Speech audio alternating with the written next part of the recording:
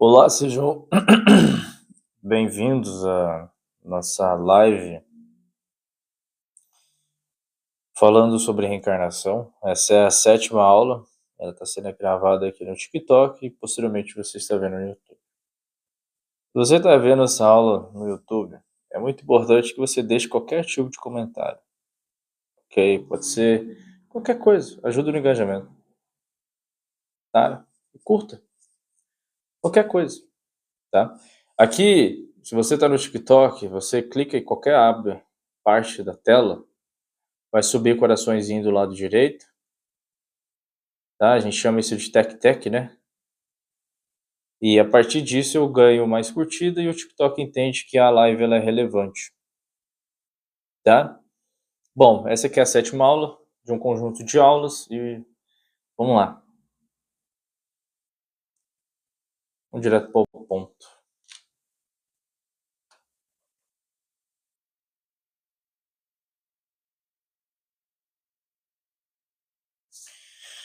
Bom, a gente vem abordando algumas aulas passadas como é que funciona a questão do karma, a questão das energias densas, as questões das influências obsessivas desses seres. E essas influências desses seres resultam-se em processos encarnatórios, muitas das vezes, dependendo muito do contexto. Obviamente, você está vendo essa aula aqui no TikTok, você pode não estar entendendo, mas quem está no YouTube, que tem todas as aulas lá disponíveis, vai entender um pouco melhor. Então, o que acontece? O que a gente vem abordando, e às vezes parece até algo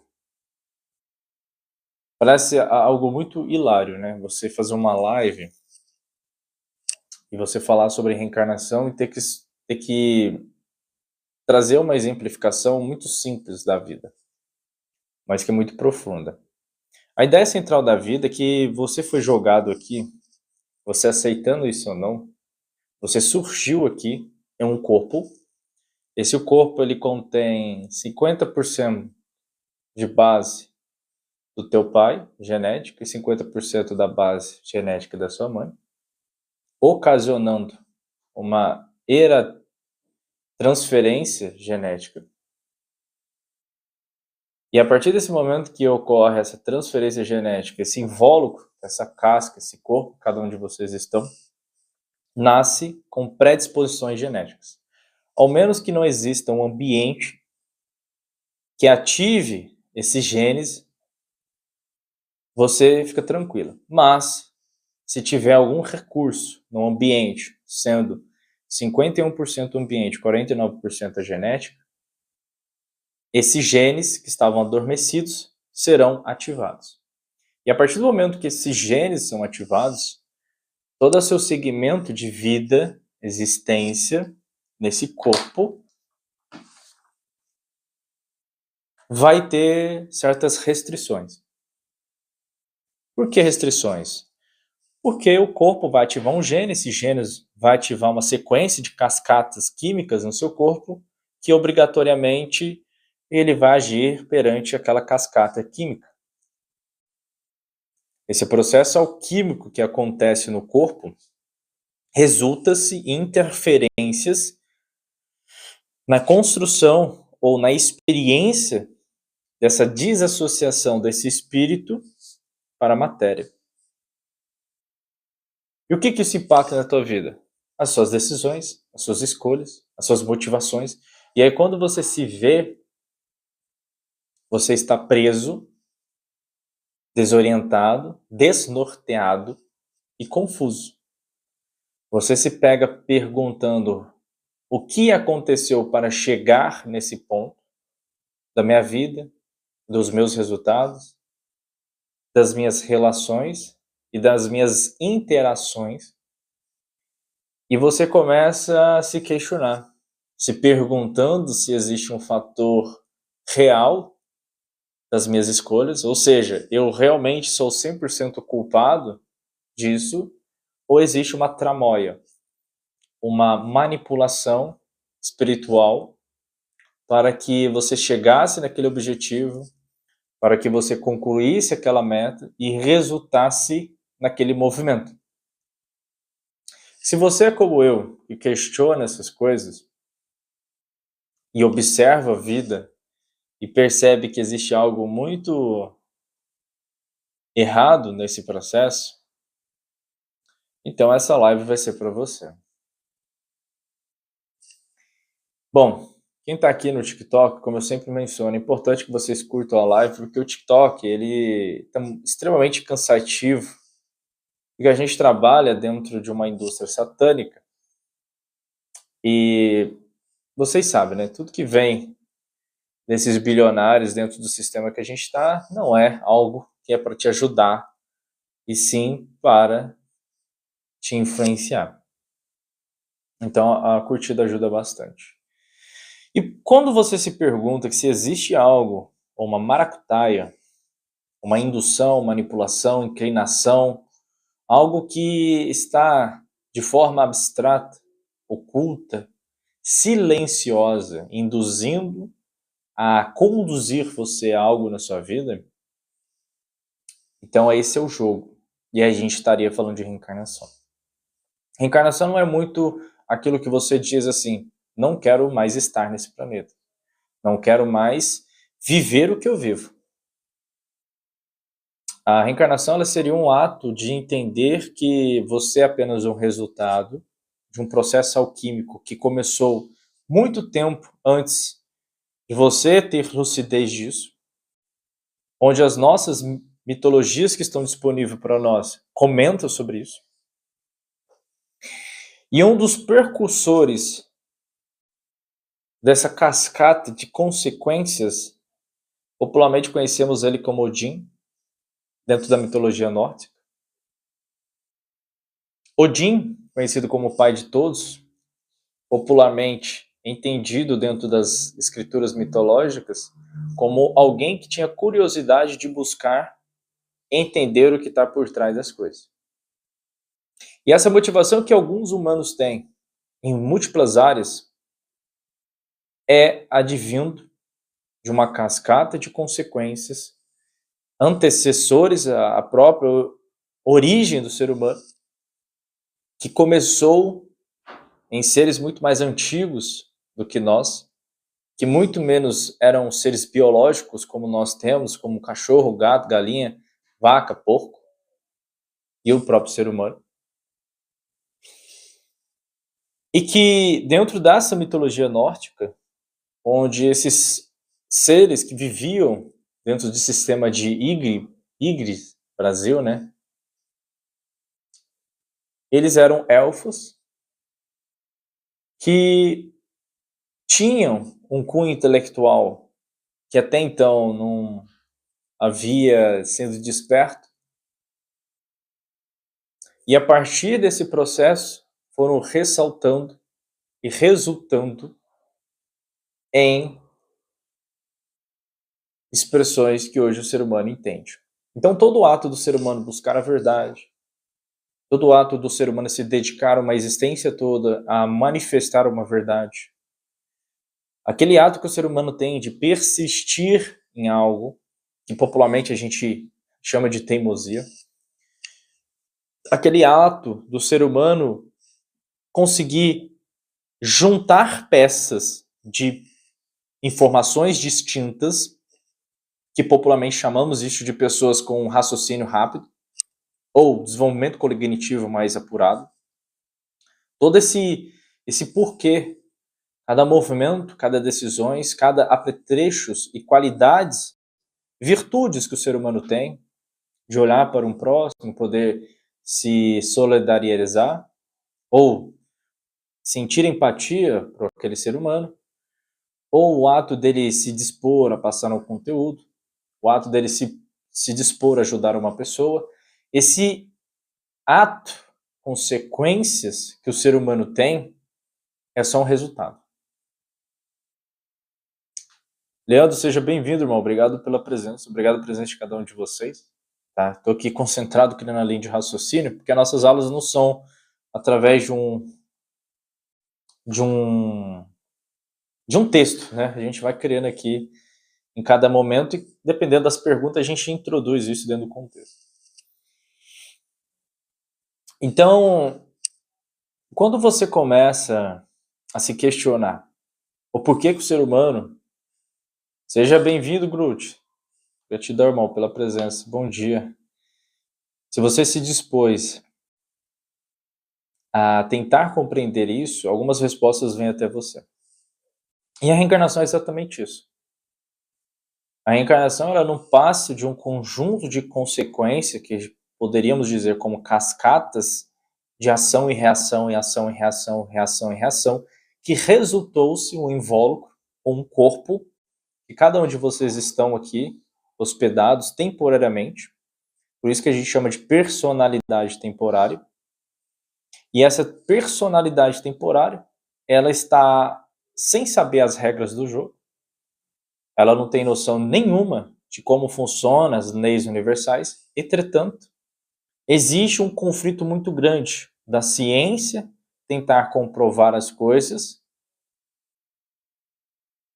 de pessoas trazendo informações que vêm advindo de percepções de seres ou consciências que estão fora da atmosfera terrestre, conhecido como extraterrestre, e a gente não sabe qual que está a verdade. A gente não sabe se realmente aquela pessoa está tendo comunicação com o extraterrestre, ou se ela é louca da cabeça mesmo. A gente não sabe se realmente a ciência tem um intuito de realmente ser verdadeira, porque a gente sabe que bilionários compram muitas das vezes cientistas para que cheguem num resultado específico ou ofusque certos dados para não ter um resultado específico, né? Então, o meio acadêmico ele se tornou um meio empresarial muitas das vezes, onde a busca por entender uma doença é a criação de um medicamento para terá um melhor faturamento. Então, às vezes, a gente não sabe se aquela pessoa que está falando que está vendo um espírito realmente está vendo um espírito. A gente não sabe se aquela pessoa que realmente está vendo um extraterrestre ela está vendo. Mas, quando a gente se dispõe a estudar e se dispondo a estudar, nós estamos dispostos a confrontar a ideia que nós temos, a gente se confronta com algumas informações que hoje poderiam ser chamadas de fake news, são chamados através da própria CIA, né, de conspiração, mas é um fundo verdadeiro. Então, hoje em dia, é quase inegável falar que existe extraterrestre, quase inegável que existem naves extraterrestres. E se existe naves, existem seres, então o que nós conhecemos como mitologias ou histórias antigas não eram mitos, mas sim comunicados ou registros de fatos que aconteceram. Isso, o que isso impacta na sua vida? Isso aqui tem tudo a ver com a reencarnação. Se você não sabe a consequência das cascatas que resultou-se nesse corpo, você não vai entender. Até porque, se a gente pega a própria literatura do movimento espírita, o umbral só começou a existir aqui no Brasil por causa dos escravos, segundo esse princípio de literatura. Até anteriormente, não existia. E aí você se perguntava, tá, mas aonde iam os humanos que morriam? E aí você tem que entender os apócrifos. Jesus disse a Tiago, caminheis 500 passos para dentro da terra para encontrar-me com regiões. É tão interessante que na Bíblia judaica a gente tem o inferno, o purgatório e o Sheol. A gente não tem só o inferno. Então existe empiricamente o local onde alguns humanos ficavam aprisionados. Existe um local onde os seres humanos ficavam em depurações. E existe outro local que realmente o ser humano ficava preso. Quando a gente entende que Jesus, explicando para Tiago, que ele caminhou para dentro da terra, ele foi buscar, o que ele estava buscando? Ele estava tentando conversar com esse ser popularmente conhecido como Lúcifer, e Não chama Lúcifer, mas ele ficou popularmente conhecido como Lúcifer. Tá? Ele também foi dialogar com seres que aprisionavam os seres humanos, porque não existia umbral, lembra? Não existia umbral. Então os seres humanos morriam, eles eram aprisionados em uma região específica, e o único que se propôs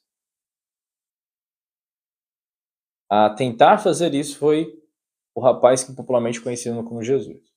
Ele explica isso nos Apócrifos. E ao deixar ser liberto todos esses humanos que estavam aprisionados, a gente tem uma massiva aumento da população drasticamente de 2.000 anos, 2.500 anos para cá. Enquanto no máximo existia 1 bilhão de pessoas, multiplicou-se para 9 bilhões. E, novamente, a gente está falando sobre reencarnação. E o que isso impacta na sua vida? Isso impacta para você entender a sua história.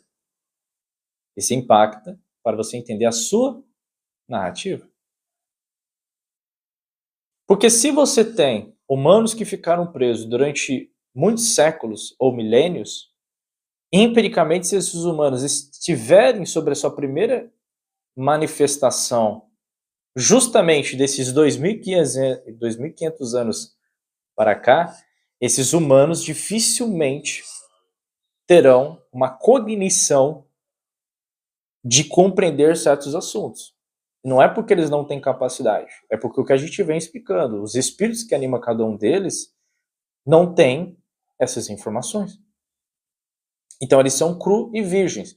Se você pegar de 2.500 anos para cá, na era medieval, você vai facilmente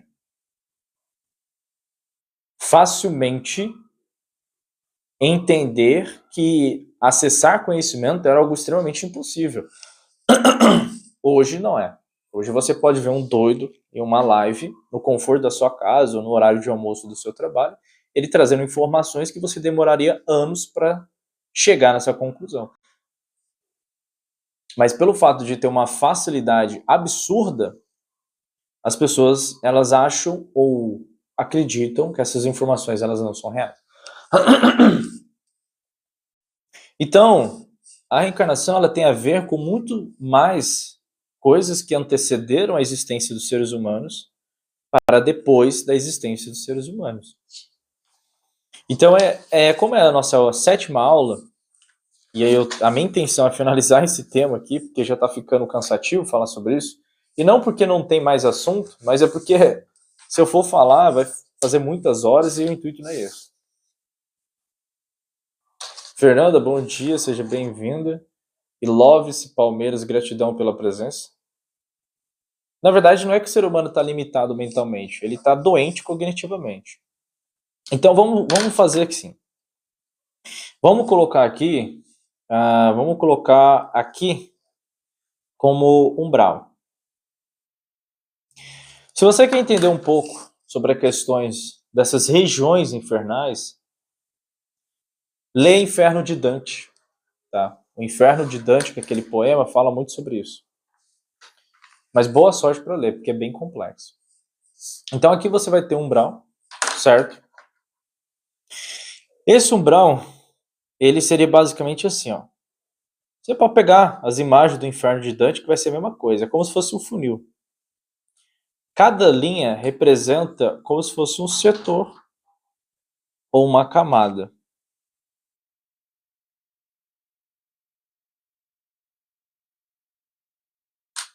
Ok? Então a gente vai colocar aqui camada 1, camada 2, camada 3, camada 4, camada 5, camada 6. Ok? Beleza. O umbral ele é dividido por camadas. Por que ele é dividido por camadas? Qual que é a diferença de umbral para regiões de aprisionamento? É que o umbral ele é uma criação psíquica. A gente explicou isso em detalhes sobre as aulas sobre obsessores. Ele é uma criação psíquica. Ele é uma região que existe, então existe uma região específica, tá? Só que cada os humanos que estão dentro dessas regiões, que eu vou colocar aqui ó, como círculos, tá vendo? Esses círculos vão representar os humanos. Então, cada humano que está nessas regiões, eles estão em um sono ou uma criação mental. Lembra o que a gente aprende? No livro O Cabalho, o primeiro princípio, todo é mental, tudo é mente, tudo é construído. A mesma forma que as pessoas têm de, eu vou criar minha realidade. Eu vou criar o carro que eu quero. Vou criar o emprego que eu desejo. Todas essas criações que o ser humano tem parte do princípio da ideia mental. A gente já explicou, já até passou um segredinho para como vocês criarem mais rápido sua realidade. É só vocês verem as aulas que estão no YouTube. Então o ser humano ele tem uma mente. O que está dentro da mente desse ser humano molda o movimento do caráter, e o que está no caráter dele resulta nas ações que ele tem. A construção das informações que estão na mente de cada ser humano é advindo dos órgãos sensoriais, dos 5 sentidos. Esses órgãos sensoriais é a forma como ele enxerga a vida, e a forma como ele enxerga a vida vai ser a forma como ele vai definir a vida. Então, o que acontece? Vamos trazer esse exemplo aqui novamente para vocês terem essas informações para fazer sentido. Tá? Lembrando que a gente está falando de reencarnação. A gente não está falando de criação da realidade. Eu tenho um eu, tá? Esse eu, ele não tem identidade, tá? Ele não tem. Por que ele não tem identidade? Porque esse eu, ele é uma cascata de informações. Nath, bom dia, seja bem-vindo. E bom dia a todos que estão chegando aqui, eu não vi, tá? O que acontece? Existe o eu, ele é uma cascata de informações ou arquivos que vem advindo das personalidades passadas, que popularmente popularizou-se de reencarnações. Tá? Mas entenda que é assim. Essas personalidades passadas, elas tiveram arquivos advindo das experiências, advindo dos órgãos sensoriais, como a gente já explicou. E o que acontece? Esse eu que observa, que entende, que busca compreender a vida, ele traz esses arquivos. Então, quem forma as tendências ou inclinações dessas motivações que esse humano vai ter, tanto que podemos classificar como algo ruim ou algo bom, são esses arquivos. Então, por exemplo, eu tenho uma inclinação, como eu já mencionei, a ter um temperamento meio curto. Então, meio que eu tenho um pavio curto. E quando eu entendi isso, eu fiquei muitos anos em processo de entender esse processo no meu corpo e conduzir-me de uma forma mais tranquila. Ok? Então, eu observei que eu tinha uma inclinação para isso. Ok? Mas eu observei também que eu tinha uma inclinação a questões artísticas. Então, eu com 3 anos de idade comecei a desenhar, sem nenhum tipo de possibilidade de estímulos. Até um tempo eu acreditava que essas inclinações eram advindo do meu espírito. É como se o meu espírito ele tivesse um certo desejo por arte, por música clássica, por paisagem, coisas que remetem à tranquilidade e a uma certa delicadeza na vida. Só que o que acontece? Eu fui percebendo, quando eu fui aprimorando meus conhecimentos sobre o cérebro e o comportamento, eu comecei a perceber que a inclinação que eu vinha advindo da arte, ela gerou processos. Não, todas essas aulas estão salvas no canal do YouTube, é só vocês acessarem que estão lá. Então, o que acontece? Pelo fato, deixa eu mostrar aqui para vocês, pelo fato de eu ter começado a desenhar muito cedo, eu desenvolvi um lado mais apurado do meu cérebro, porque a gente tem 2 hemisférios, direito e esquerdo. Isso resultou-se em certas inclinações na minha vida, como ver mais desenho, observar mais a natureza, entender mais a natureza e observar os animais e tentar entender os símbolos, os detalhes e tudo mais. Eu comecei a estudar sobre luz e sombra, e depois disso eu comecei a estudar sobre a percepção ocular dos desenhos, e aí foi intensificando. Até que chegou um determinado momento que eu me deparei com os conteúdos que estava disponível no meu entendimento, na idade que eu tinha, mais ou menos 14 para 15 anos, sobre comportamento humano. E ali eu me propus a estudar, tá? Em um determinado momento, eu comecei a desenvolver a comunicação, então eu estudei como me comunicar melhor, estudei como encaixar melhor as palavras, ok? Estudei sobre entonações de voz, etc., porque eu era extremamente tímido e não conversava. Eu ficava muito em silêncio. João, gratidão, irmão. Seja bem-vindo, tá? Vai estar tudo lá. Não se preocupa, não. Depois eu mostro os links para vocês. E o que, que aconteceu? Eu desenvolvi uma observação, comportamento dos seres humanos como comportamento da natureza. E eu sempre achei que isso era coisa do meu espírito. Mas não é, porque o espírito, gente, ele não tem forma. Ok? Ele não tem forma. Quem dá forma ao espírito é a sua mente. E é tão interessante que o espírito, depois, após a existência do corpo, ele meio que rouba ou plasma a imagem da personalidade transitória que ele mais gostou. Então você vai ver um espírito que não tem forma como uma forma humana. Normalmente é da personalidade que ele mais gostou. Então o que, que acontece? Eu sempre achei que era isso, mas não era. E essa é a parte mais doida, que se a gente começar a entender o jogo, que eu estou te explicando, a gente está falando sobre reencarnação, é um jogo muito interessante. Como eu tinha inclinações a ter o temperamento curto, eu também eu tinha uma inclinação a questões artísticas, e essas inclinações artísticas, elas favoreciam o desenvolvimento em algumas regiões do meu cérebro que envolve a questão da arte, da filosofia, da observação, etc. E a partir disso, entende? E a partir disso, eu cheguei onde eu estou agora. Então, eu estudei muitas horas durante muito tempo e eu sempre gostei de estudar. Mas aí que tem uma parte mais interessante. Aí você pode pensar, tá, mas o ato de você estudar vem do teu espírito. E aí eu falo para vocês, não. Eu depois estudando a questões da neurociência, eu percebi que existe um filtro no cérebro, que, se eu não me engano, chama DNR ou DMR ou DRM, que é um processo onde é como se fosse um filtro que o seu cérebro tem, tá? É como se fosse um filtro. Quanto maior for esse filtro, mais busca por dopamina você tem. E quanto menor for esse funil, mais busca por serotonina. Você já viu pessoas que é meio devagar? Sabe aquelas pessoas que é meio devagar? Parece que é seca, fria, não tem emoção, né? Eu tenho uma pessoa na família que é assim. É seca. Dá respostas curtas, grossas, etc.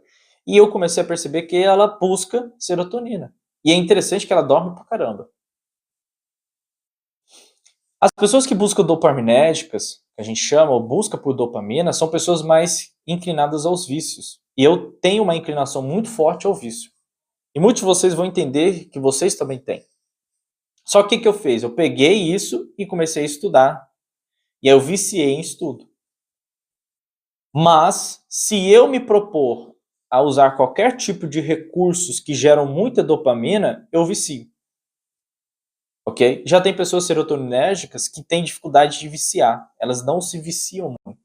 Elas podem utilizar, mas como o fluxo de dopamina dela é tão baixo e o fluxo de serotonina dela é maior, elas tendem a não se viciar. Mas todos nós estamos subjetivos a vícios, ok? Todos nós, por causa dos sistemas do nosso cérebro.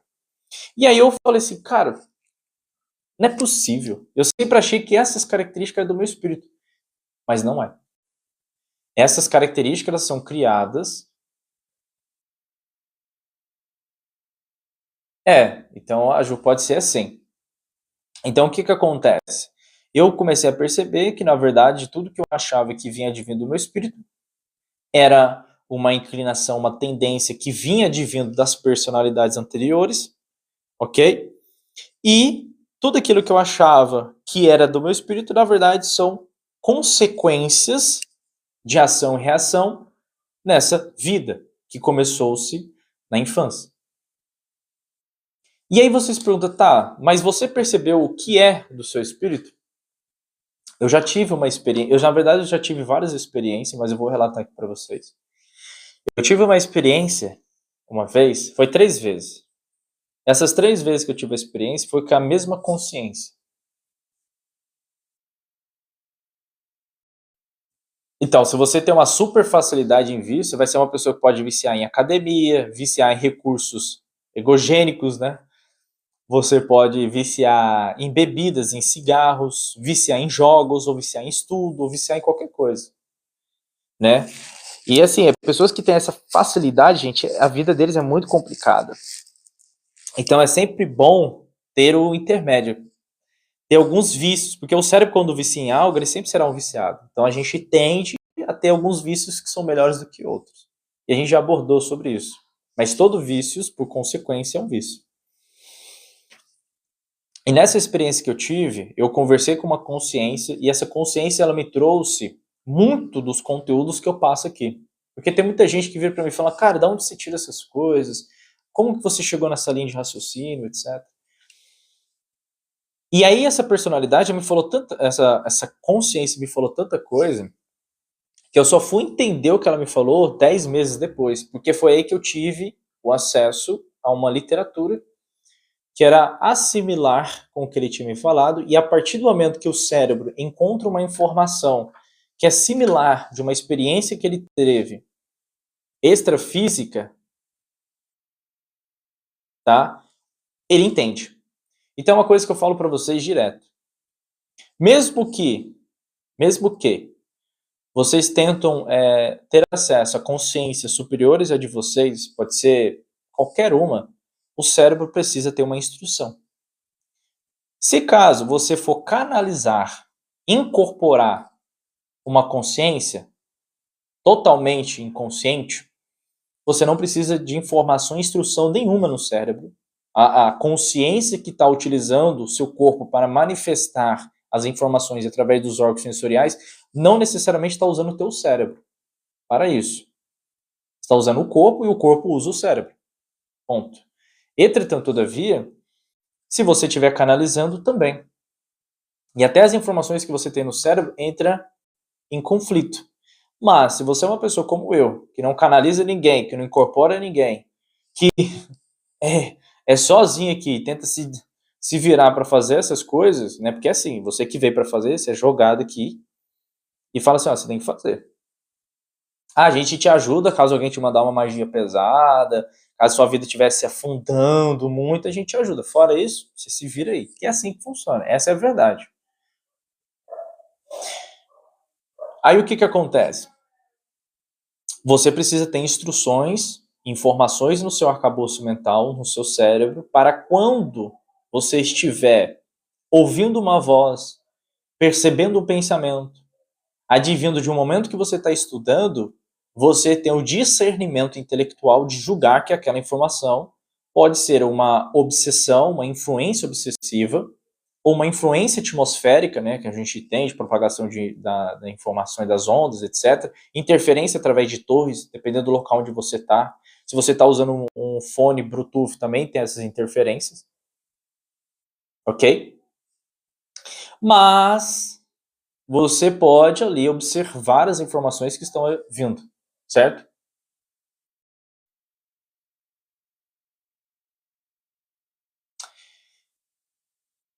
Então, quando isso resulta, você consegue discernir melhor. Então, resumidamente, qual que é o momento que eu percebi que eu me conecto com o espírito que me anima? Em único 2 momentos. O primeiro é quando eu faço live, mas aí é um pouco subjetivo, por quê?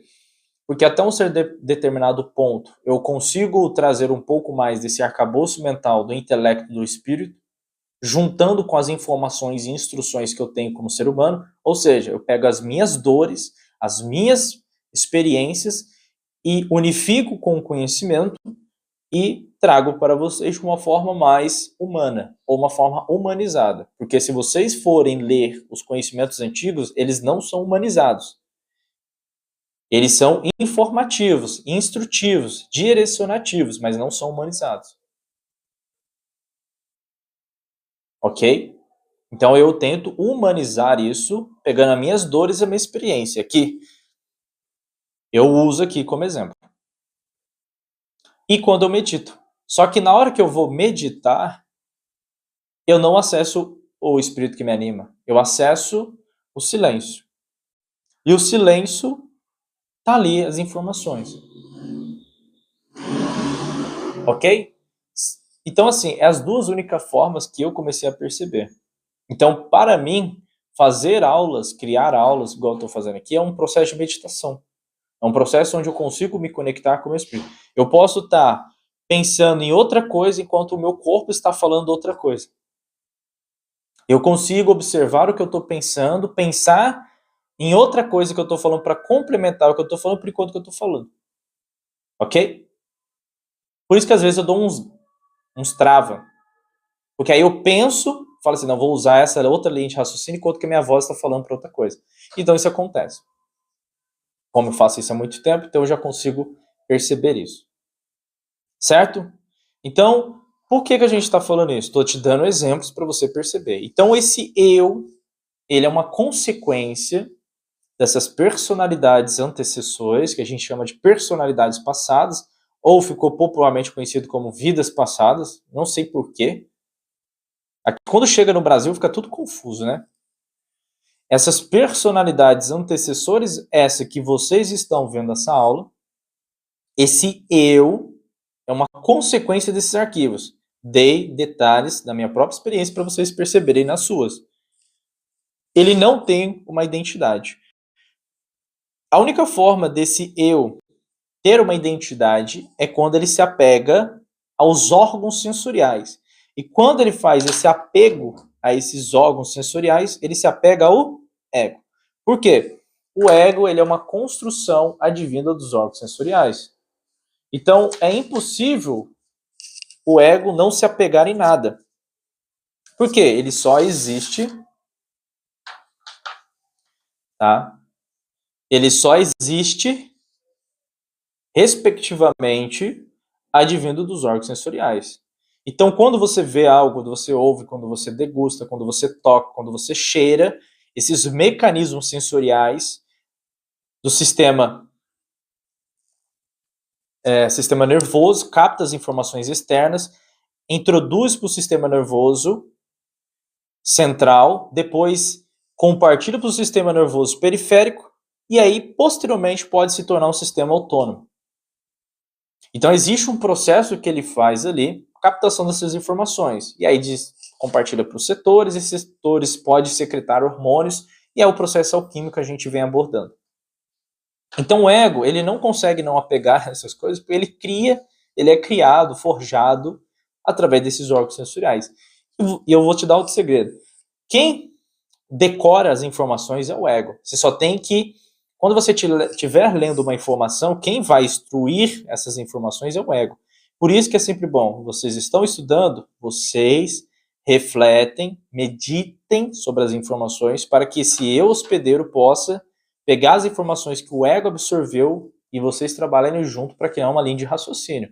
Se vocês simplesmente lerem, decorarem, é o ego. Por isso que existem muitas pessoas que pegam versículos bíblicos, decoram os versículos bíblicos de formas assim extremamente brilhante, mas quando você observa ou você gera um pensamento crítico sobre aquilo, a pessoa ela não sabe.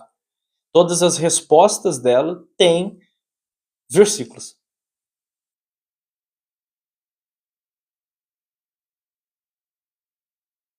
É exatamente, não são vidas, são personalidades antecessores a essa, porque o ciclo ele não termina.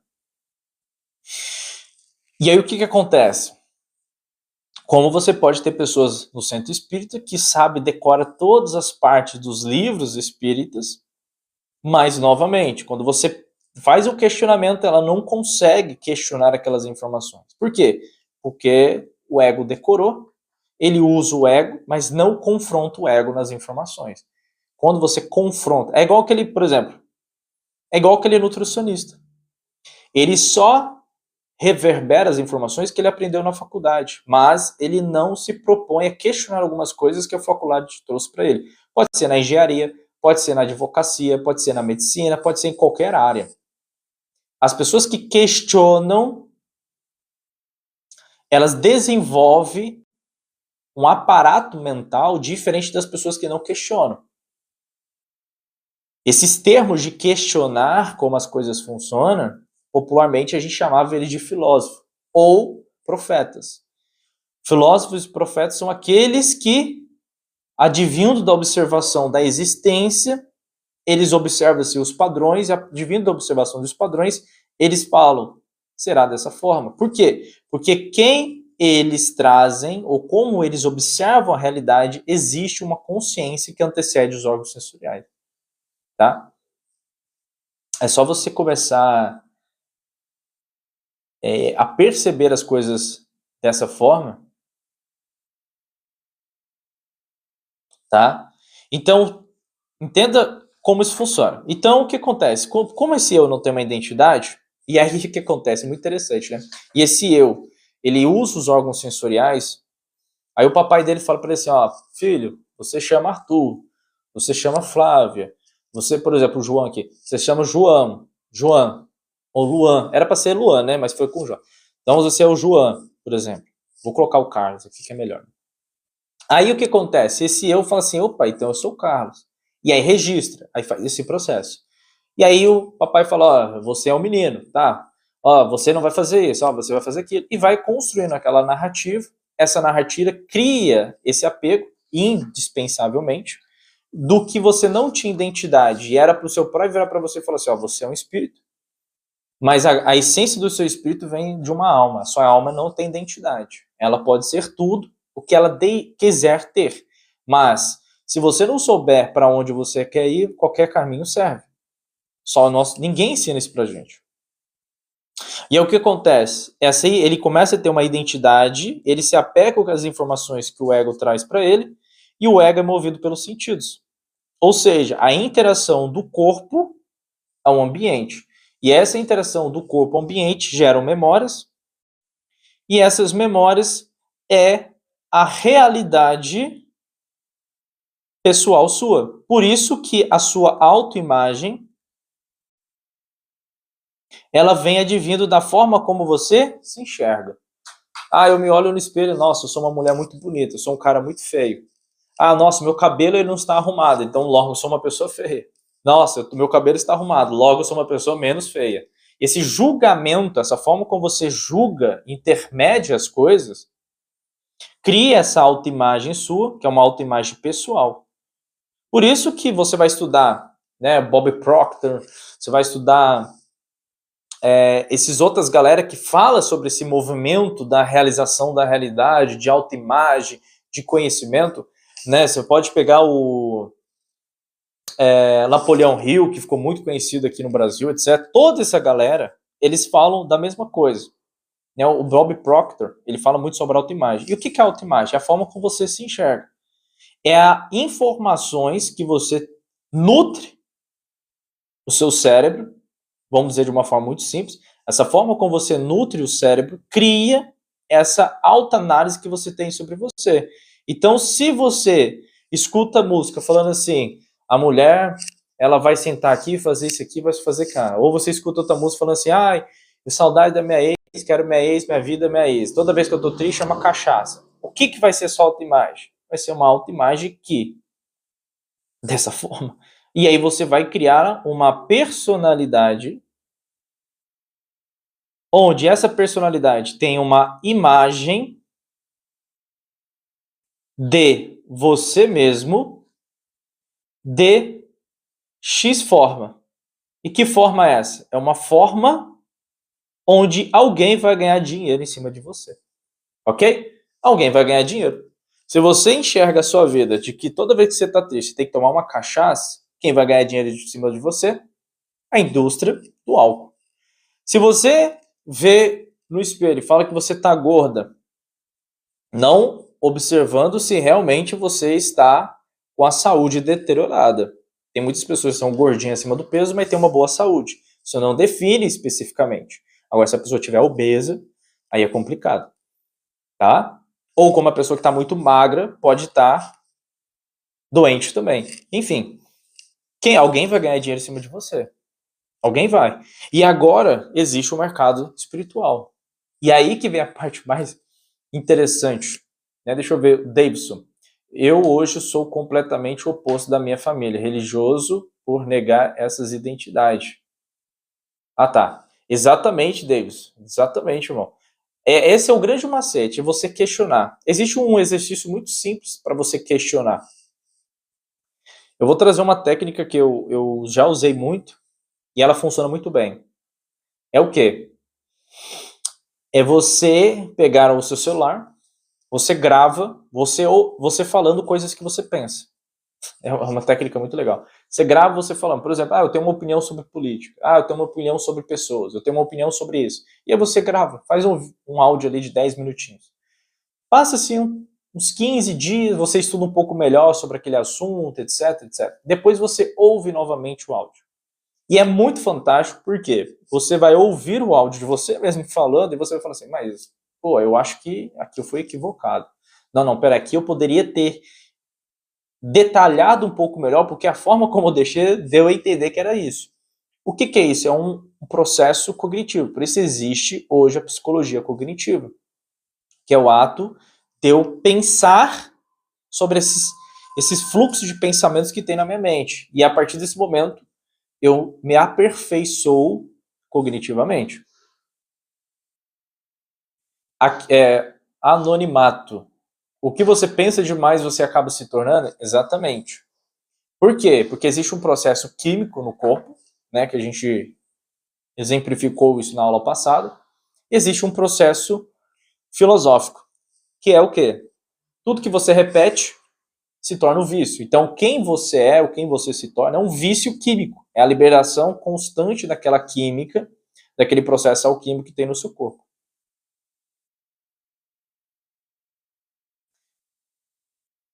Não é só estar aberto. Não é só estar aberto, tá? Porque estar aberto é muito subjetivo. Estar aberto ao quê? Aos seus interesses?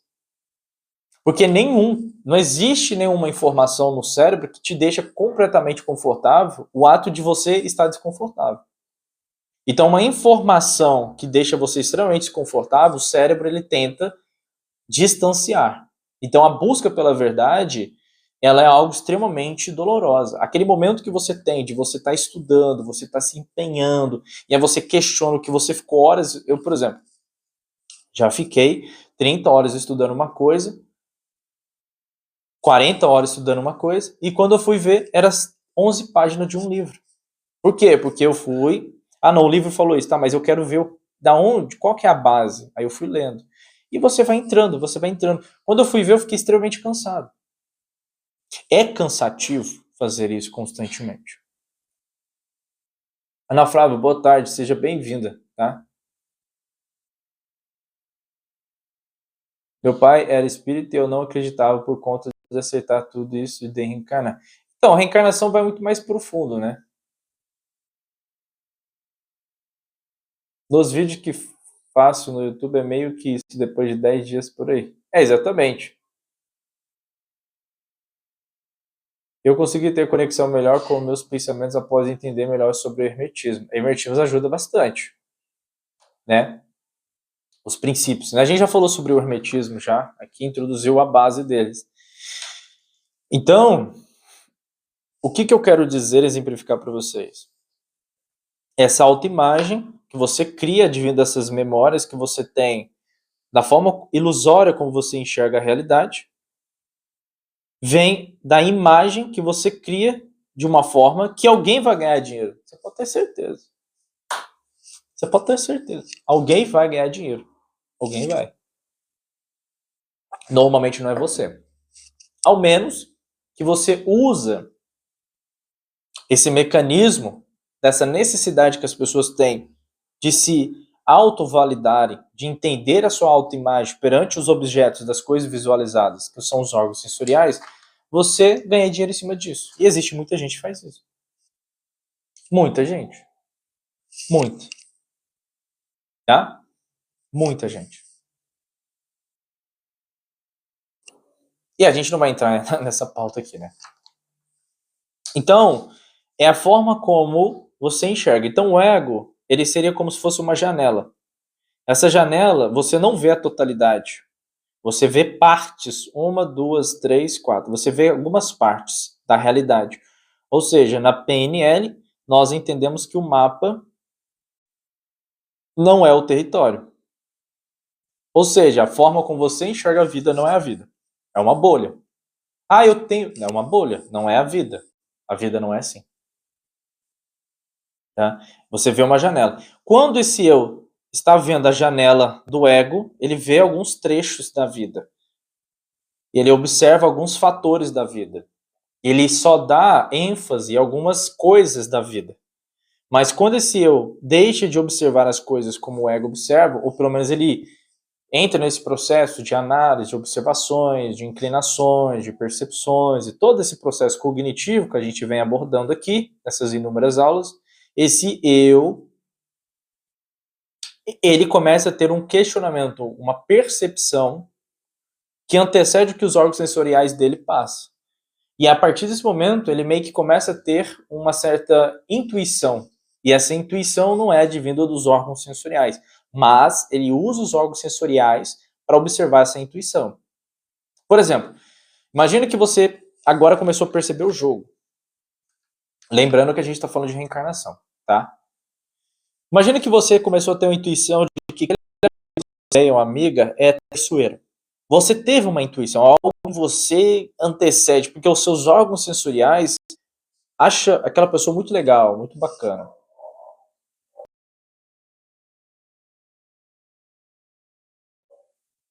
O que você começa a fazer? Você sente que aquela pessoa é traiçoeira. Então você vai começar a observar os órgãos sensoriais. E nessas observações, as aulas estão todas no canal do YouTube, tá, gente? É só vocês clicar no link da Bel, tá lá. Canal do YouTube. Então tudo gratuito lá, são 34 horas de aulas disponível para vocês. E aí o que acontece? Eu começo a utilizar os órgãos sensoriais para observar a vida. E aí tem a grande sacada. Lembra das informações que está na sua mente? Então, se você estuda sobre o comportamento humano, ou pelo menos tem a base de alguma instrução do comportamento do ser humano, então você vai observar a linguagem corporal daquelas pessoas e você vai observar os padrões comportamentais que aquela pessoa tem, e a partir daquele momento você vai julgá-la não puramente através dos órgãos sensoriais. Você vai começar a julgar justamente pelos órgãos sensoriais dela. Então, aquela pessoa que fala assim, o meu corpo, minhas regras. Ok, a forma como eu faço tal coisa não determina quem eu sou. É uma pessoa que não tem conhecimento sobre essas técnicas. Você não vai ver uma pessoa que quer demonstrar autoridade usando vestimentas que não qualificam isso para transmitir para o subconsciente daquela pessoa aquela qualidade. Isso é óbvio. Você não vai ver um político com roupa específica, você não vai ver uma política, uma deputada, uma juíza, uma empresária com roupa específica. Por quê? Porque ela quer causar uma imagem subjetiva que já existe no subconsciente das pessoas de que certo tipo de vestimento causa certo tipo de impressão. É simples.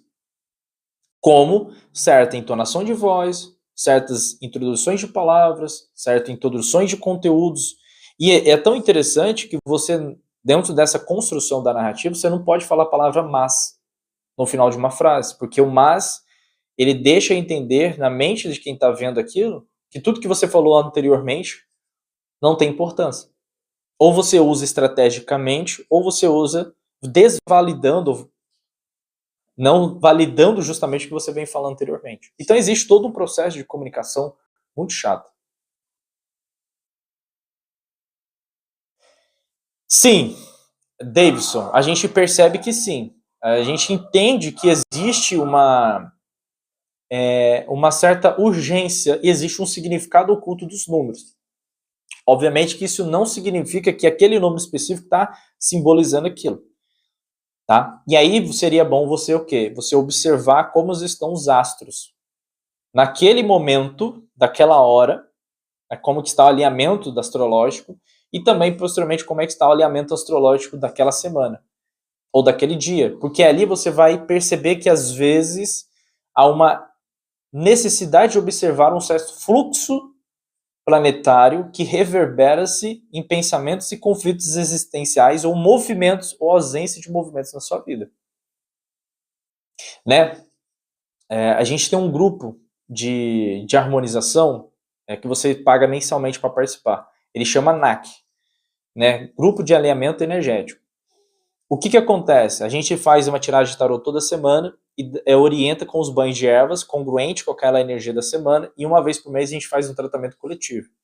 Teve uma vez, né, entrando nesse assunto, teve uma vez que dentro do que o baralho, a gente tirou um baralho cigano, depois o baralho de Marcélia, e a gente observou como está os astros naquele dia.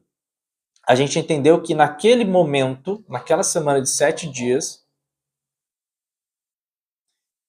alguns movimentos planetários poderiam exacerbar certos comportamentos e ativar certas inclinações latentes em alguns humanos. Então, o que a gente orientou para as mulheres que estavam dentro do grupo e para os homens que eram casados, orientar para suas mulheres? Dentro desses 7 dias, evitem andar sozinhas em determinados horários do dia, evitem, tá, sair com alguém nessa semana, evitem muitas interações que pode ser que, dependendo daquele sincronário, pode ativar ou movimentar certos padrões comportamentais que não tinha necessidade naquele momento de você passar. Então a gente trouxe uma antecipação de algo que poderia vir a acontecer. E aí nesse jogo também a gente fala, ó, então pode surgir certo tipo de informações, certo tipo de revelações, e a gente vai detalhando. Tá? Se vocês quiserem participar desse grupo, está disponível também para vocês assinarem.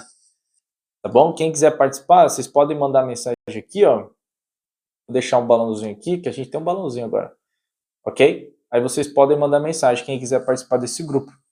É R$30 mensais, tá? Extremamente acessível para vocês. Só clicar aqui, ó, tá vendo? Esse balãozinho aqui, vocês podem participar. Então, existe sim, tá? Mas existe um protocolo por trás. Os números falam bastante coisas, mas a gente sempre trabalha com outros instrumentos para ver se aquela informação realmente é verídica. Tá? Então, novamente, o que nós entendemos desse processo? A gente entende-se que, a partir do momento que eu observo, eu tenho conhecimentos, eu posso observar a realidade, e observando a realidade, observo o comportamento daqueles seres humanos, eu posso antecipar ou julgar as pessoas perante o que o corpo daquela pessoa está se expressando. E isso é um processo muito interessante. Quando a gente pega aqueles estudos de linguagem corporal, quando a gente pega aqueles detetives do FBI, tem que analisar o comportamento daquele prisioneiro ou pessoa que está sendo investigada, ele tem que averiguar o comportamento do corpo, tá? Existe um canal, né, no YouTube que chama Metaforando, né, que é do Victor. Ele fala muito sobre isso.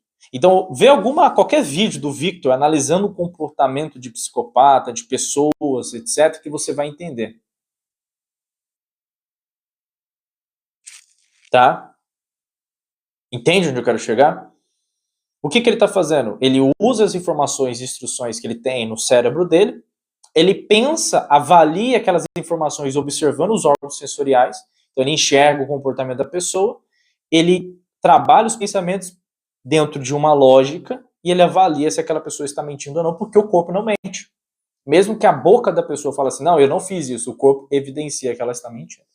Tá? Existem pessoas que são treinadas para mapear esses padrões que o corpo tem quando ele estiver mentindo e ele faz um processo de treinamento para inverter isso, para enganar as pessoas. Mas, popularmente falando, a grande maioria das pessoas se entregam, tá? Então, novamente, existe um padrão ali. E por que eu estou evidenciando isso? Porque vocês podem utilizar os órgãos sensoriais dessa personalidade que construiu essa personalidade atual para vocês observarem os momentos onde vocês estão sendo influenciados ou vocês estão mentindo para vocês mesmos. Observar aquilo que vocês estão incomodados, que vocês estão inquietos, tá bom? Existe isso. Então não caia na falácia de que não existe. Existe sim.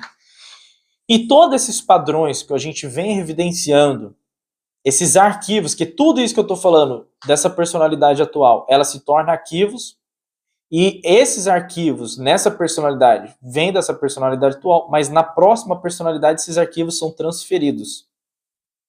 E essa transferência desses arquivos resulta-se nesse eu. Qual eu? Esse eu aqui, ó. Tá vendo? Esse eu. E aí entra no ciclo de novo. O eu se apega ao ego, os órgãos sensoriais, tudo isso que eu estou explicando. Volta-se um ciclo novamente. E aí quando esse eu ele deixa de existir, ele está nesse processo de apego, aí vem esse mapa que a gente fez. No momento que esse ser humano ele está vivendo dessa forma, todos esses arquivos, ele se torna reagente. Ele reage, ele tem uma reação às coisas que acontecem por ele. Ou ele busca dor, ou ele busca prazer. E toda a informação que ele tem é julgada perante isso. Não existe um cunho intelectual que observa as ações que ele tem junto às experiências que ele está formando e questiona. Quando há um questionamento, há uma ressignificação ou uma decodificação, uma transmutação dessas ações passadas que ele não sabe de onde veio, mas ele observa no seu próprio comportamento, no seu ciclo, e ele muda as suas instruções do seu karma. Ok? E ele vai mudar as suas ações. Ele mudando as suas ações, ele muda o seu karma e ele muda alguns padrões da existência dele. E ele também pode, assim, mudar os hábitos, mudando esses padrões de repetições da vida dele. Quando ele não faz isso, ele trabalha só na reação. E aí ele tem arquivos de impulso, porque ele se torna uma pessoa impulsiva, e essa impulsividade gera esses arquivos de apego. Então ele se apega. Quando ele se apega, se ele se transforma em um holograma, que a gente já explicou dentro das aulas sobre obsessores, e ele se torna popularmente conhecido como obsessores, aí que vem a outra parte. Ele entra dentro dessas regiões no umbral. Por quê? Porque ele vive uma criação psíquica do quê? Desse apego a si mesmo. Eu até criei várias aulas falando você é viciado em ser você mesmo, né? E aí ele tem essa criação de apego a si mesmo. Ou seja, ele se apega na identidade. Só que essa identidade foi criada através do ego. E aí o que acontece? Toda a criação psíquica, ou todo o arquivo daquele ego construiu, vai determinar qual camada ele vai habitar. Ok? E essa camada onde vai habitar, ele vai ter envolvimento com outros seres que estão na mesma frequência. E quando ele estiver aqui, ele não aprende, ele está preso. Quando a pessoa ela vai presa, imagine todas as pessoas que cometem homicídio, elas vão presas, certo? Qual que é o crime que elas cometeram? Homicídio. A gente não sabe qual o motivo, a motivação que fez aquela pessoa matar outra pessoa, correto? Mas existe um local onde todos esses criminosos de homicídio estão. O umbral não é diferente. A gente não sabe o que motivou aquela pessoa a entrar nesse padrão, essas observações, tendo essas consequências. E também não faz diferença nenhuma, mas existe um local onde eles ficam, porque eles estão pareados. E da mesma forma que uma pessoa, ela na verdade não é julgada pelo fato dela ter matado o porquê, mas sim porque ela cometeu um crime, existe esse arquivos que vão levar ele para essas regiões. Certo? Entenderam? Fez sentido para vocês? Acho que fez, né? E aí o que acontece? Nesse momento,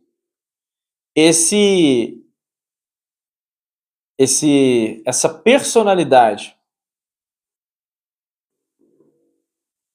que tem esses arquivos, o arquivo X, vou colocar aqui arquivos, elas podem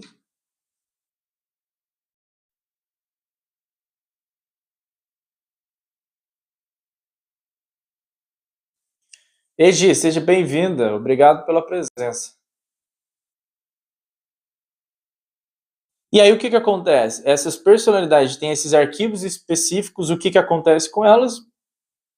Ou elas podem continuar séculos e séculos presas, ou elas são libertadas. Quando elas são libertadas, elas reencarnam, né? Vamos colocar reencarnação. E aí quando elas reencarnam com a reencarnação, elas vão estar no corpo. Tá? E aí eles passam toda essa maracutaia que a gente explicou novamente. Só que o que acontece?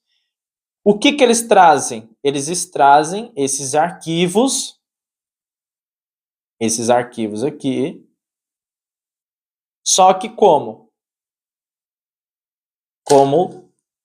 tendências e inclinações. E essas tendências e as inclinações, você terá uma vida ou um destino, né, como é popularmente conhecido. Você terá um destino. E esse destino vai determinar até onde você pode ir. Simples assim. Quem tem muito karma, dentro dessa perspectiva, ele tem uma vida extremamente restrita. O tanto de dinheiro ele pode ganhar, o tanto de felicidade. Tem gente, que tem karma que nunca vai ser feliz no relacionamento. Você tá entendendo? Não vai. A pessoa ela pode se envolver, ela não será feliz no relacionamento. Ela sempre estará fardada a ter relacionamentos abusivos. Não tem caso de pessoa. Olha que doideira, não tem caso de meninas que nascem na burguesia, tem família bem estruturada, tem boa escola, tem boa educação, tem boa comida, tem tudo. Ela não sai da casa do pai dela e da mãe dela em condomínio de luxo para ir para comunidade se envolver com traficante? E aí vocês perguntam, como que isso aconteceu? Só porque ela tem... Como que isso aconteceu? Só porque ela tem carro? O fato dele ter dinheiro é um karma, porque pessoas que têm dinheiro, eles ficam a vida toda trabalhando e tendo muito dinheiro.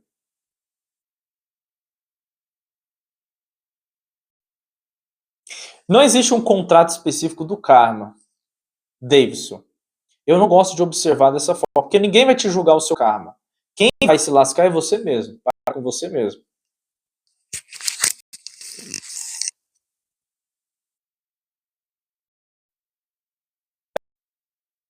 Tá? Então o que acontece?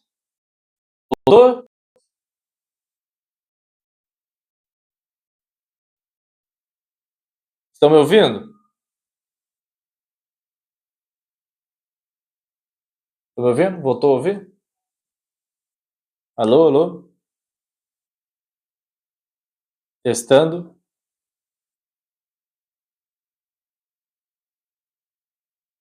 Então o que acontece? Não existe ninguém que vai te julgar, falar assim, olha, você cometeu tal atrocidade, você vai pagar. Não. Quem vai ser o seu julgador é a sua própria consciência. Todo estuprador, ele sabe o que ele cometeu. Todo estuprador sabe. Todo assassino sabe o que ele fez. Todo pedófilo sabe que ele é pedófilo. Todo sabe. Todo usuário de droga sabe que é usuário de droga. Todo caloteiro sabe que é caloteiro. Todo traficante sabe que é traficante. Toda pessoa que vai na igreja porque tem medo de ir para o inferno, não para buscar a salvação, sabe que está indo por conta disso. Eles podem se enganar. Falar para outra pessoa assim, não, eu vou porque eu sigo Jesus, eu sigo a Cristo. Não, eu vou no centro espírita porque eu quero ajudar o próximo, eu faço de coração. Mas a pessoa sabe que ela não está fazendo isso. Ela mesma se julga. Ela mesma. Porque todas as pessoas têm alguma intenção sobre aquilo. E não é errado ter uma intenção, mas também não é certo ter uma intenção. Não é a forma correta de viver. Porque quando você tem uma intenção de fazer algo, por consequência, aquilo pode te machucar. Quando você não tem intenção de fazer algo, por consequência, aquilo não te machuca. E se não te machuca, você não se apega àquilo. É basicamente assim que funciona o raciocínio. Então, o que acontece? Todo mundo sabe. Então, não precisa ter alguém que vai julgá-la por isso. Ela vai se lascar. Pode ser que na vida ele rouba, mata, seja um pedófilo e faz uma caramba, quatro, não acontece nada. Mas na mente daquela pessoa, aquilo está remoendo. E é tão verdade que tem muita gente que busca salvação por ter feito inúmeras coisas na religião. Ou a ideia de Cristo, né? Venha até mim que vocês serão salvos. Só entrarão no reino do céu através de mim, etc. E tem pessoas que mudam realmente o comportamento, etc. Tem outras que não. Independente da frequência adquirida pelo conhecimento, não muda o contrato do karma. É exatamente isso que eu estou explicando. O que não existe um contrato do karma, é isso que eu estou explicando para você. Agora, se você estiver numa colônia espiritual, aí você vai ouvir esse termo contrato do karma. Aí vai ter todo aquele protocolo que eles vão tentar criar uma vida para você filtrar esse karma e passar por toda aquela maracutaia, etc, etc. Aí sim você pode entender que existe um contrato nesse karma. Fala assim, ó, você vai vir na Terra, você vai se lascar, mas é porque você fez isso, isso e aquilo. Mas teoricamente não existe.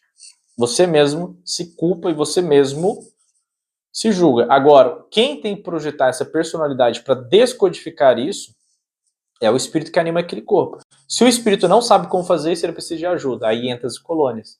Acredito eu que seja isso. Tá? Mas quando o espírito ele já manja do Paranauê, ele não é direcionado dessa forma. Ele não é direcionado dessa forma. Ele produz uma personalidade intrinsecamente com um movimento.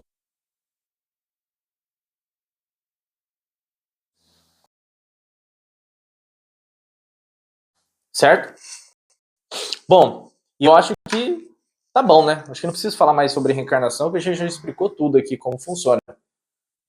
Tá bom? E lembrando que nesse caso ele se torna obsessor, tá bom? A gente tem aulas no YouTube falando sobre obsessores. Então aqui nesse caso ele se torna obsessor.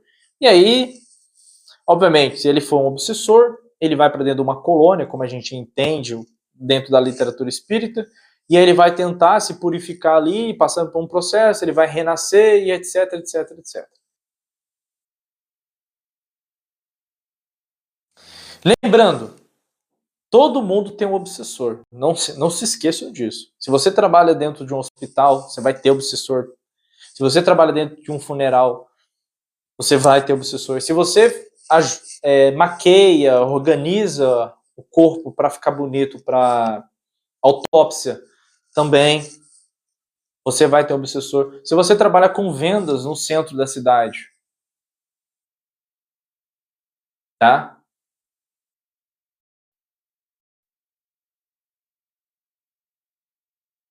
Você vai ter obsessor. Tá bom? Todo mundo. Eu tenho, todo mundo que trabalha com espiritualidade tem. A diferença é que os nossos obsessores, muitas das vezes, vêm porque a gente tenta trazer. Então, por exemplo, cada um de vocês que eu estou fazendo essas aulas e vocês estão percebendo, os obsessores de vocês vêm para cá me atacar. Aí eu ganho obsessores. Tá? No caso de vocês, são outras pessoas que tentam te atacar, só que vocês não acham. Às vezes aquele amigo, aquele parente seu. Principalmente se tem pessoas dentro de casa que tem muita desavença. Aí, batata. Tá? Dentro desse assunto, o que entra na roda de samsara. Então, mas aí que tá. Nath, uma coisa que você precisa entender, tá? Logo cedo, é que assim, o termo karma, ele vem dos Vedas. Existe todo um contexto literário e entendimento da palavra karma. Eu trouxe uma base da base nas aulas as 4 aulas falando sobre o karma, tá? O termo roda de Sansara vem dos budistas. Então existe uma literatura, existe um contexto, uma explicação do termo roda de Sansara específica. A gente não pode utilizar esses termos que vêm dos Vedas, dos budistas, das significado das palavras oriunda daqueles textos, colocado no entendimento como nós, Ocidente, fazemos. Isso aqui é um erro brutal de propagação de conhecimento. Mas, como tem uma caralhada de gente que fala assim, não, porque a gente está dentro da roda de Sansara, aí mistura roda de Sansara, mistura o mundo de Maya. Maya vem dos hindus, Sansara vem dos budistas. Mas Maya vem das literaturas de Lila, não tem nada a ver com reencarnação. E assim, e aí o que acontece? Vira aquele, aí o povo agora está juntando Matrix com reencarnação, aí o povo junta Matrix com sistema. O filme tem Matrix, ele é outra coisa. Não tem nada a ver com o sistema. Para você entender o sistema, você tem que estudar história. Não tem nada a ver com o The Matrix. Entende? Tem nada a ver.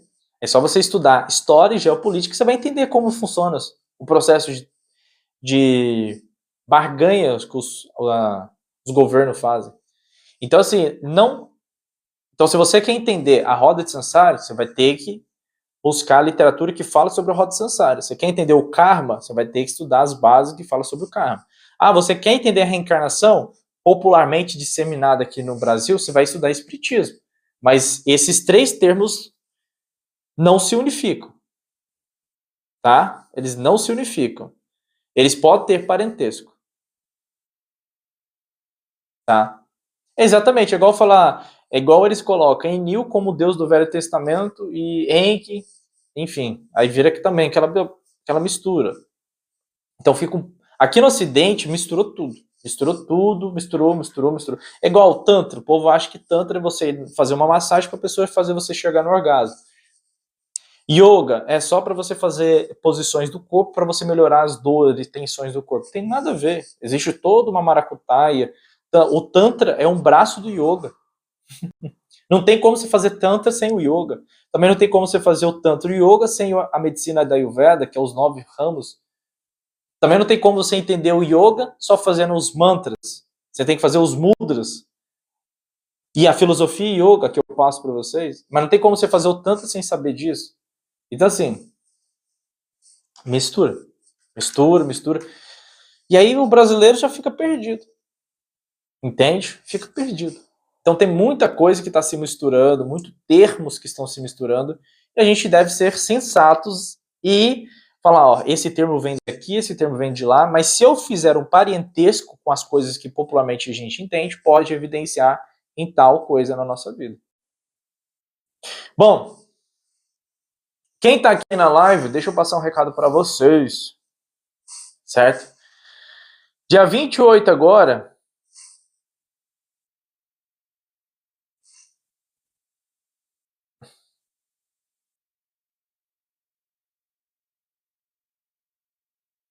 deixa eu ver aqui o que aconteceu. É verdade, eu tenho aprendido muita coisa do zero que eu não sabia. João, mas qual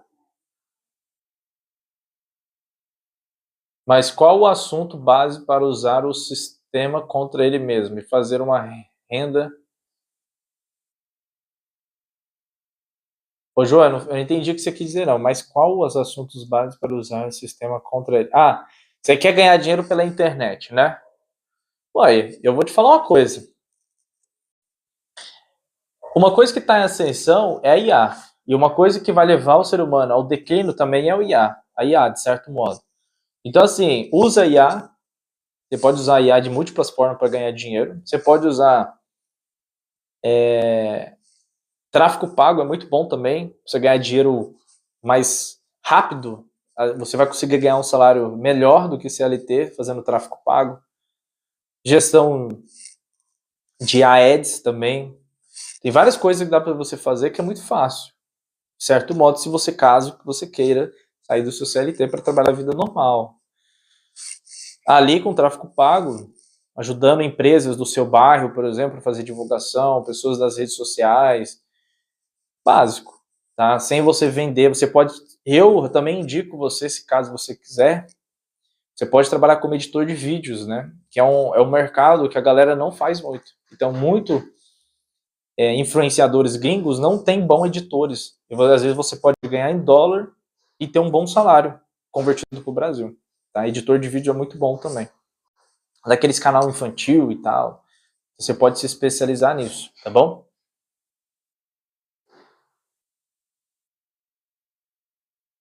Tá?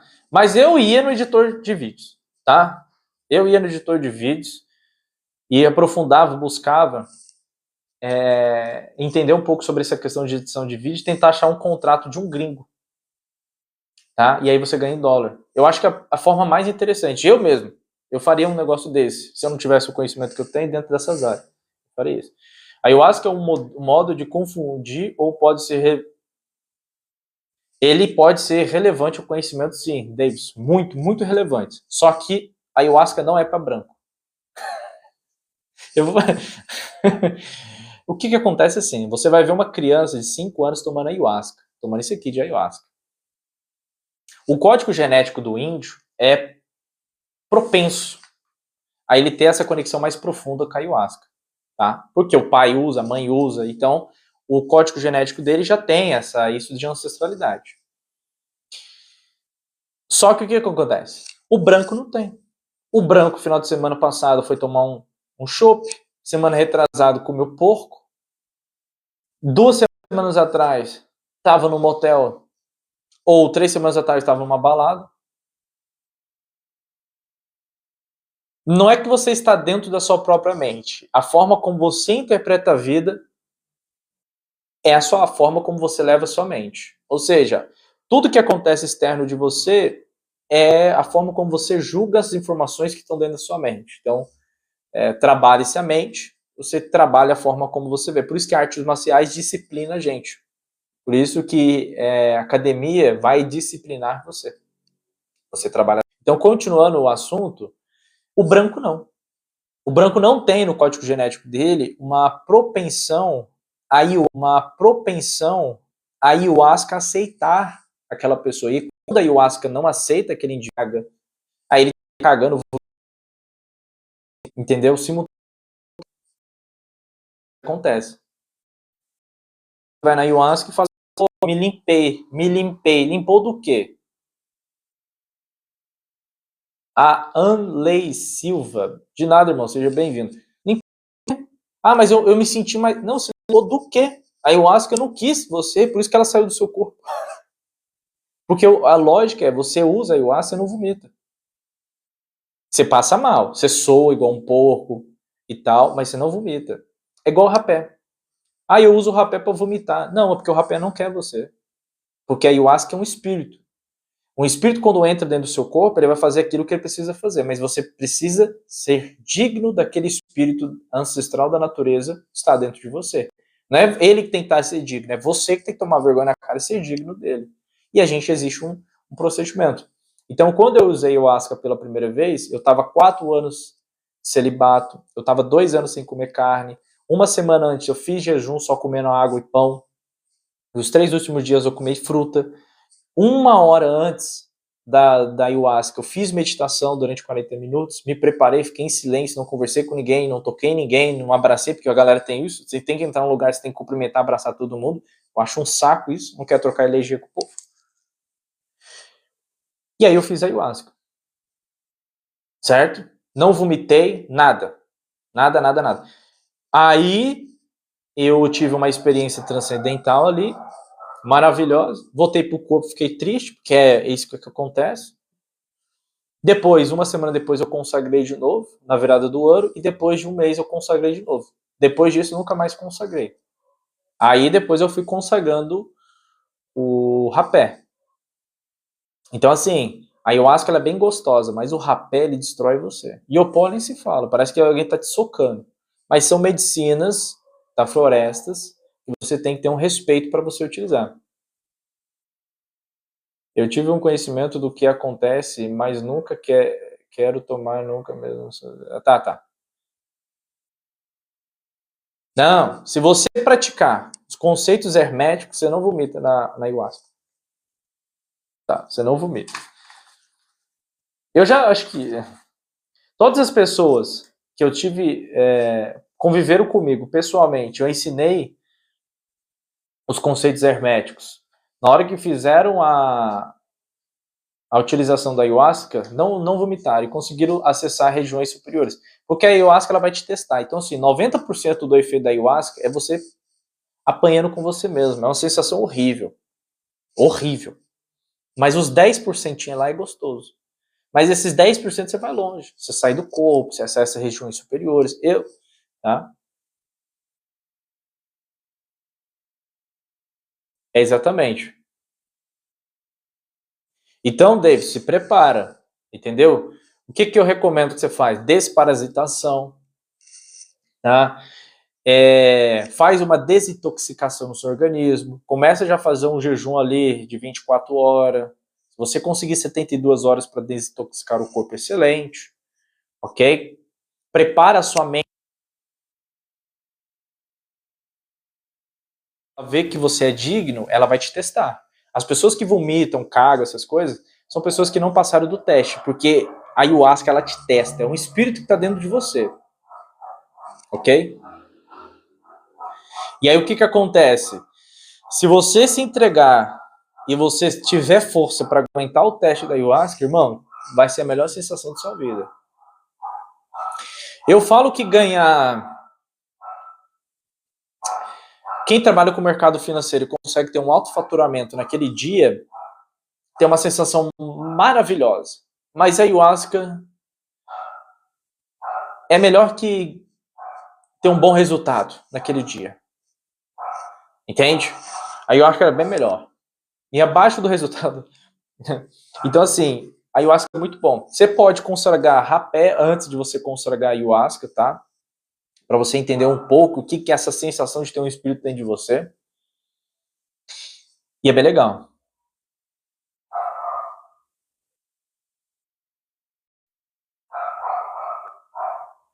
Então, vamos lá. Para você que quer, dia 28 agora, lembrando, dia 28/5/2026, a gente vai ter uma apometria coletiva.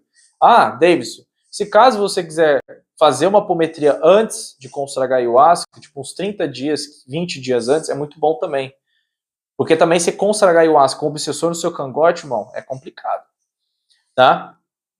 E você tem que tomar muito cuidado para a região onde você vai consagrar, porque não confia em homem branco.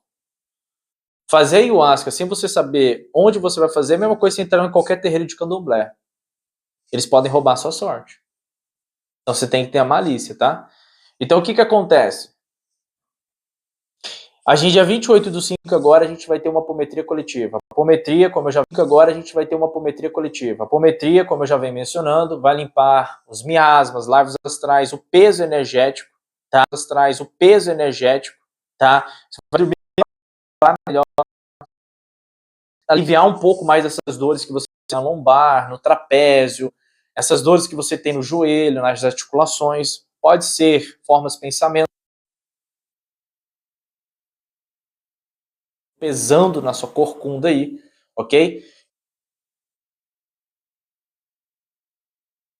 Essa apometria coletiva vai acontecer dia 28, ela está no valor de R$ 35. É uma apometria coletiva, uma sessão de apometria no valor de R$ 395. Isso é um valor extremamente acessível.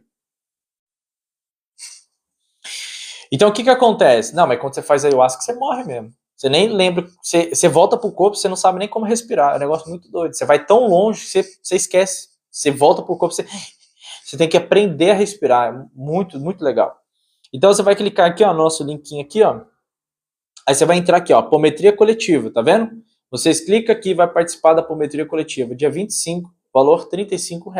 Lá terá todas as informações. Aqui a gente vai ter a radiestesia coletiva, aqui você vai acessar o canal do YouTube e aqui o grupo VIP do WhatsApp, onde eu passo todas as informações, documentários, quando achar uma coisa legal. Recomendei filmes também, que falam sobre possessões, obsessões e vida pós-morte, para você entender um pouco melhor sobre o que eu estou passando. E recentemente recomendei um livro que chama Efeito Lúcifer, de um psicólogo de Harvard, que a gente cita esse livro dentro do curso Segredos da Consciência. Ok? Então, o que acontece? A gente vai ter o grupo gratuito, a gente vai ter o canal do YouTube, a gente vai ter os trabalhos de limpeza energéticas. Então, assim, todo mundo precisa fazer a apometria, nem que se for uma única vez, uma vez por mês. Então, aqui a gente vai ter essa apometria coletiva, está num valor extremamente acessível para cada um de vocês. Esses aqui são os PDFs, se você quiser comprar, fica à vontade. Tá? E entra aqui, ó, gente, ó, no painel dos Ginanos. Aqui, quando a gente tem live, eu passo alguma coisa para vocês, tá vendo? Ó, vídeo, os bastidores, ó, o grupo NAC aqui, tá vendo? Ó, os filmes que eu recomendei para vocês. Então, quando tem um vídeo novo no canal do YouTube, a gente mostra e vocês clicam aqui, vocês vão ser encaminhados lá também, etc. Se para facilitar a vida de vocês, eu vou deixar aqui, ó. É só vocês clicarem nesse quadradinho aí que vocês vão mandar mensagem para mim e eu adiciono vocês no grupo, tá bom? Lembrando, apometria coletiva no valor de R$35. Valor extremamente acessível, tá bom? É muito difícil encontrar uma apometria assim. E você vai fazer uma apometria comigo, com a galera aqui. Então, o conhecimento está sendo disponibilizado gratuitamente para vocês, mas os tratamentos energéticos também no valor extremamente acessível, certo?